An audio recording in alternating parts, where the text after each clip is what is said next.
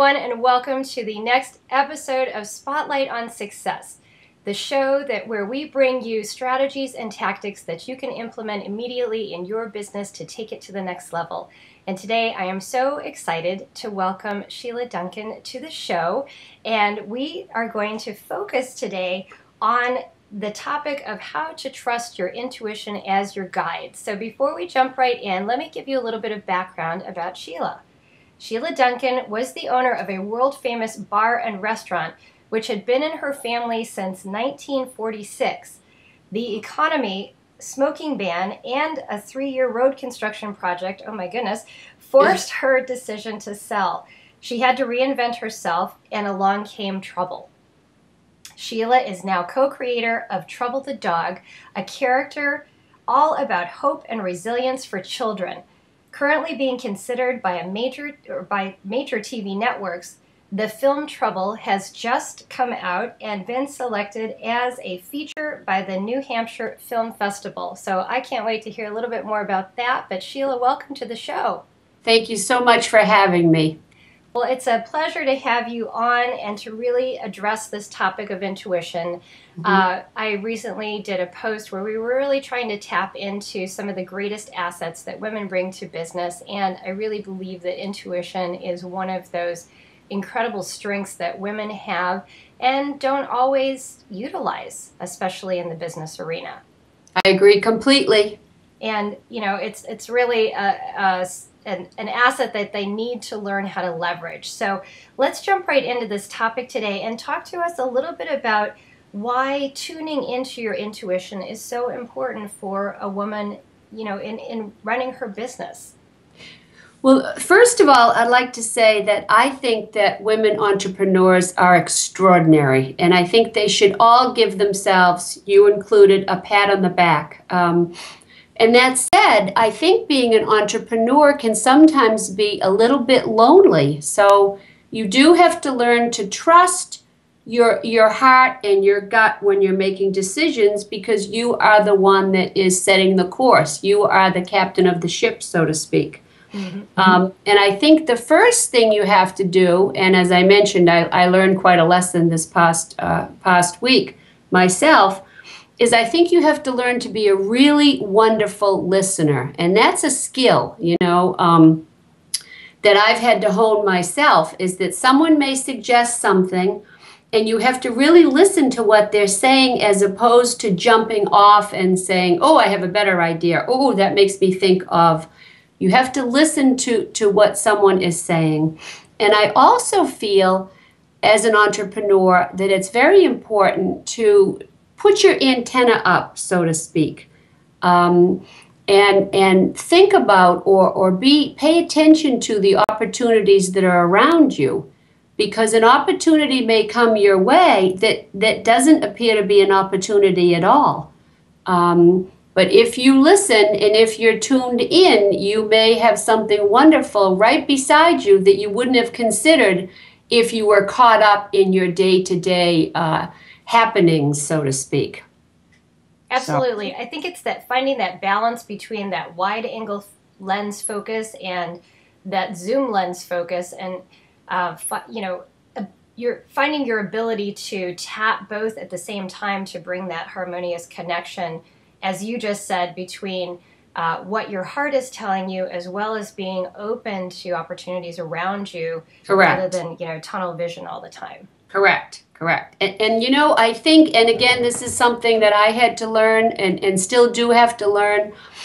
And it's difficult as an entrepreneur, because you're doing most everything alone or by yourself initially, is to really take the time to, number one, take care of yourself, and number two, to find that time to be really quiet, whether you take a walk on the beach or a walk in the woods, or you just sit for a few minutes in your favorite chair and just calm your mind down and take a few breaths, and just deep breaths, and just think about whatever the question has to be, whatever the decision is that you're trying to make. Because unless you do that, you might just be going full speed ahead, and you know, you could possibly make a mistake.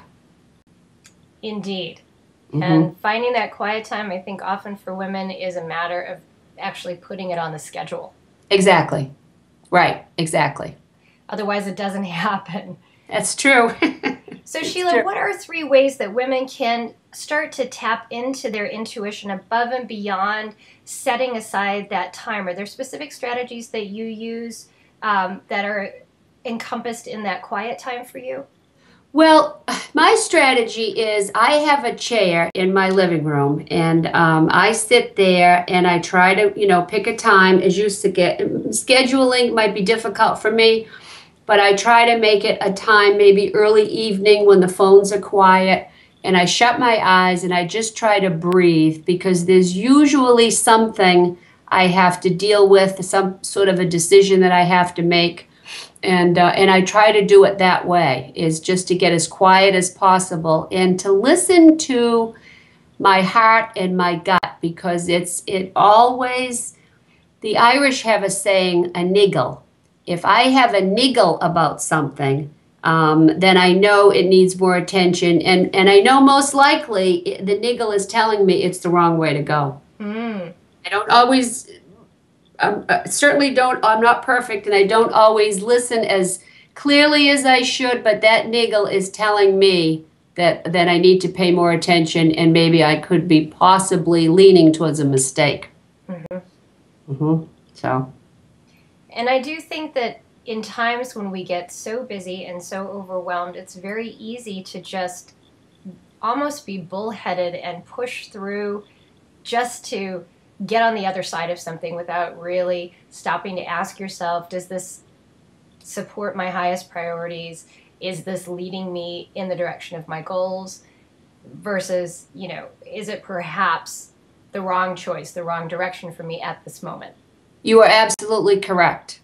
And as I mentioned earlier, I had a situation this week, which I can tell you about if you like. Yes, please. That puts all of this into focus. I had my Trouble the Dog project submitted to a major network. They came back and they said they thought he was adorable. They thought maybe he needed a little more magic, and maybe he needed to get into trouble himself.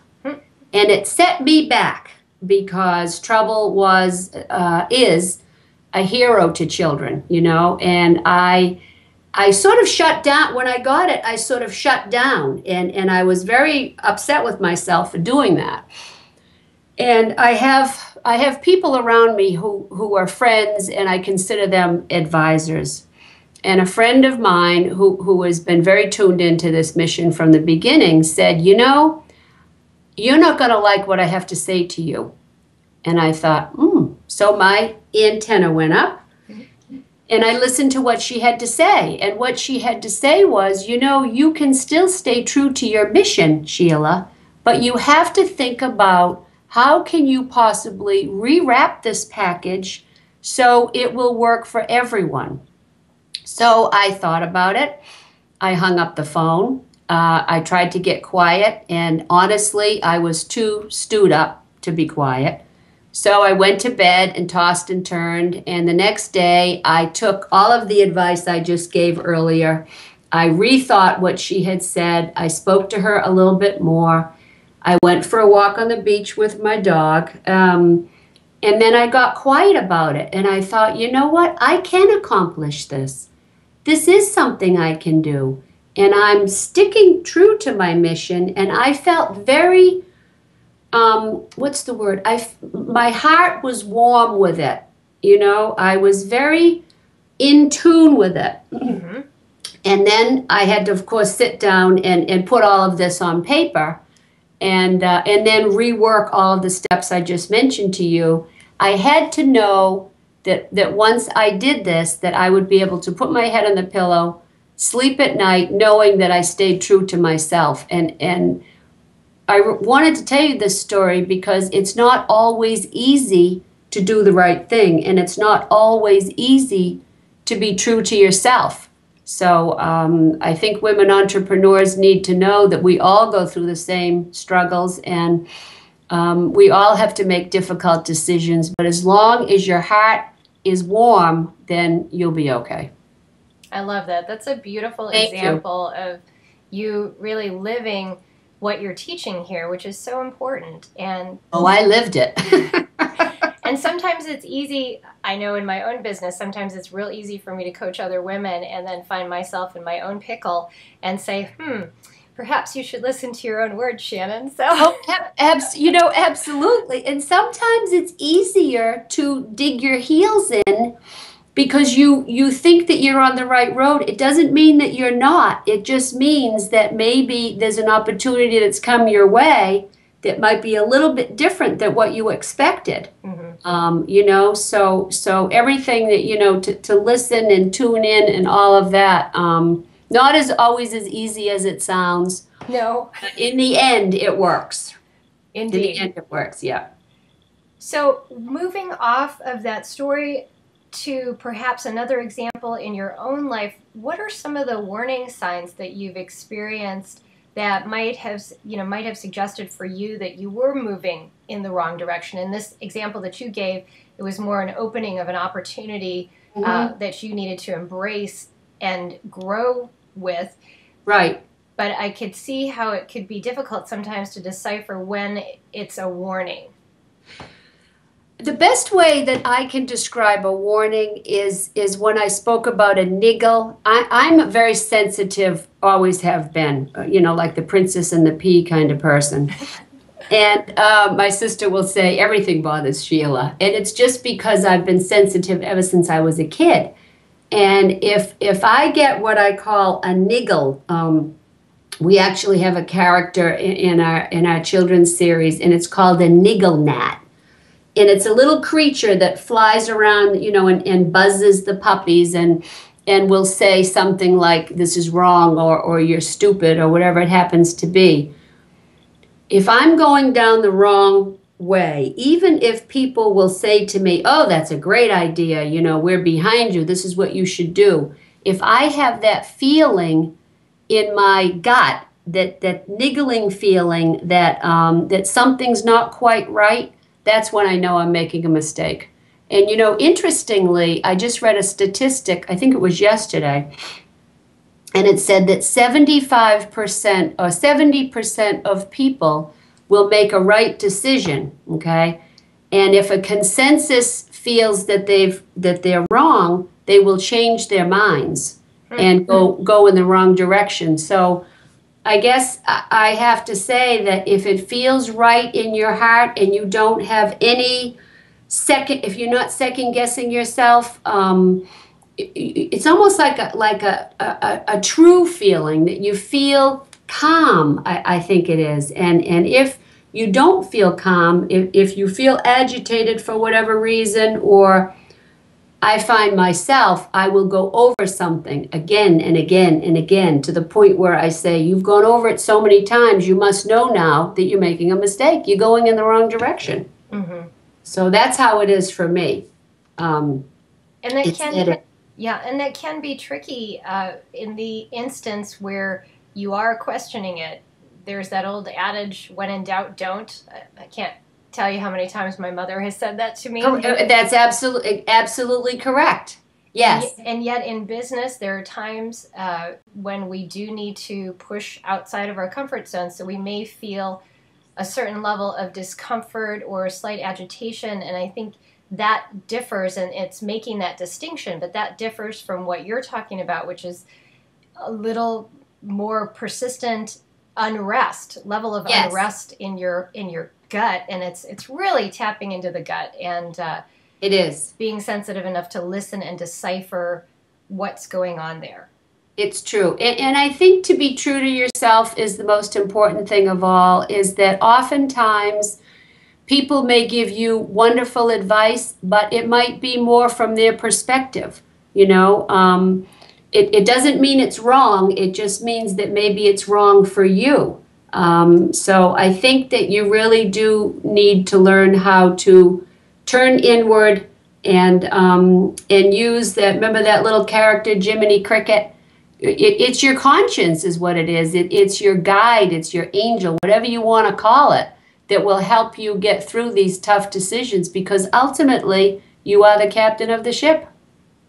Always, and must stay at the helm and not let It's anybody true. else supersede that position. Absolutely. Yes, it's true. And it's not always easy. Mm-mm. You know, it's not always easy, but it's the best job in the world if you ask me. I agree. I think it's fantastic. It's an adventure every day. Yes, it is. Yes, absolutely it is. Well, So, Sheila, this has been a fantastic topic, and thank you thank so you. much for sharing your insights, your inner guidance that you have learned over the years as an entrepreneur. And I would love for anyone who's interested in finding out more about your Trouble the Dog project, where do they need to go? Probably the best place to go would be our website, which is troublethedog.net. Or we have another link, which is trouble@troublesaysbetough.com. And we have all sorts of pictures and stories. And I will share with you, someone just gave Trouble the Dog as a gift to a child who has autism, who wasn't speaking. And he grabbed the dog and, said doggy and hugged him and hasn't let him go since. So there's a lot of magic going on with Trouble the Dog that even I have trouble explaining. I love it. I love it. Thank I think you. this is Thank just you. the tip of the iceberg for you. And Thank you very much. your passion absolutely shows through in your work. So I encourage our viewers to check out your website and find out more about this very special project with Trouble the Dog. I just think it's precious. Thank you very much. Thank So you. for all of you who are watching, thank you so much for your attention today on this topic. And until next time, we wish you great business success.